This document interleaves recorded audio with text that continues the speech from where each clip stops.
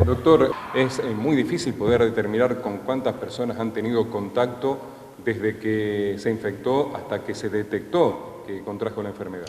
Bueno, primero explicar un poco cómo es la terminología. O sea, contacto estrecho es aquel que está más de 15 minutos a menos de 2 metros de distancia y sin ningún tipo de protección.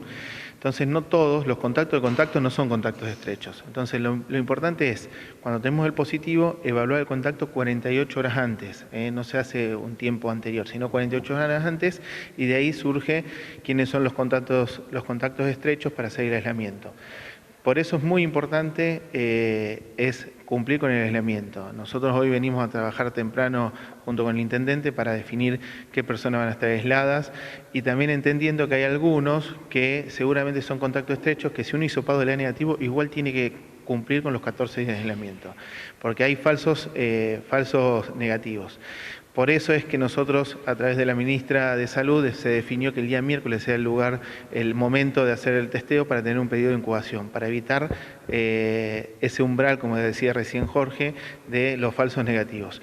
Nosotros el día miércoles estaríamos en 4 o 5 días del primer caso, que nos permitiría hacer un rastreo en el barrio para detectar aquellos oligosintomáticos, que serían los pacientes que tienen pocos síntomas, que podrían tener una infección leve. Entonces, lo importante es testear y con eso aislar en base a los resultados. Hoy la provincia tiene todos los kits para testear, no es una cuestión de falta de hisopados, por lo tanto lo que nosotros tenemos que hacer es precisamente eso, testear cuando se necesite y en el momento justo.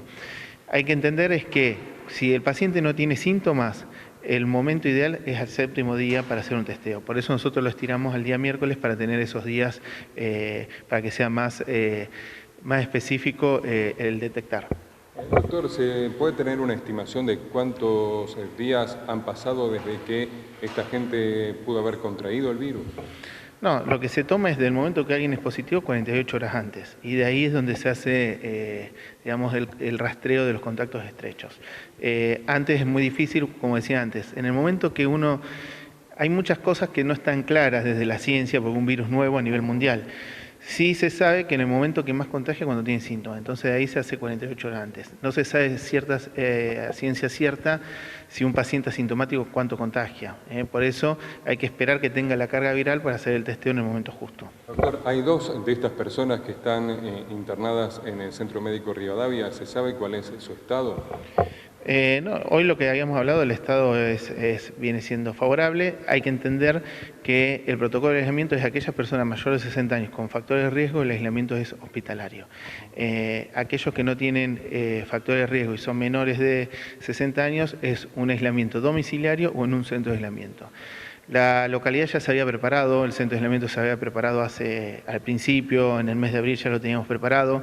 El sistema de salud se preparó sumando un sector COVID al hospital, se reforzó con personal de salud anteriormente a tener los casos, porque después en el momento es muy difícil conseguir personal de salud, porque hay que prepararlo, hay que conseguirlo. No ha pasado localidades que en el momento que tienen el pico, hasta el personal de salud no quiere ir a atender. Entonces toda esa preparación fue muy importante hacerla en el mes de marzo y abril. Para eso sirvió también la cuarentena, para preparar el sistema de salud y que esta curva siempre sea una meseta y no que tengamos un pico. Es un virus altamente contagioso, cuando tenemos un caso automáticamente se contagia a toda la familia. Entonces por eso es importante aislarlo para no contagiar al resto de la familia y como es altamente contagioso es no saturar el sistema de salud.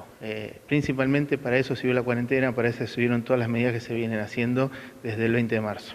Y en los resultados de estos hisopados que se van a hacer el miércoles, ¿cuánto van a demorar? No, tardan 24 horas. Generalmente tarda 24 horas. Depende de la cantidad también de hisopados que se hagan, que eso lo va a dar la sintomatología de la gente. No es una cuestión de falta de insumos, es una cuestión de aplicarlo directamente a las personas que realmente se necesiten hacer el estudio. Doctor, ¿cuáles son las próximas actividades que va a realizar en Villa Constitución en el día de hoy? No, principalmente es tratar de hacer hincapié con la gente que esto es muy importante, la conciencia ciudadana.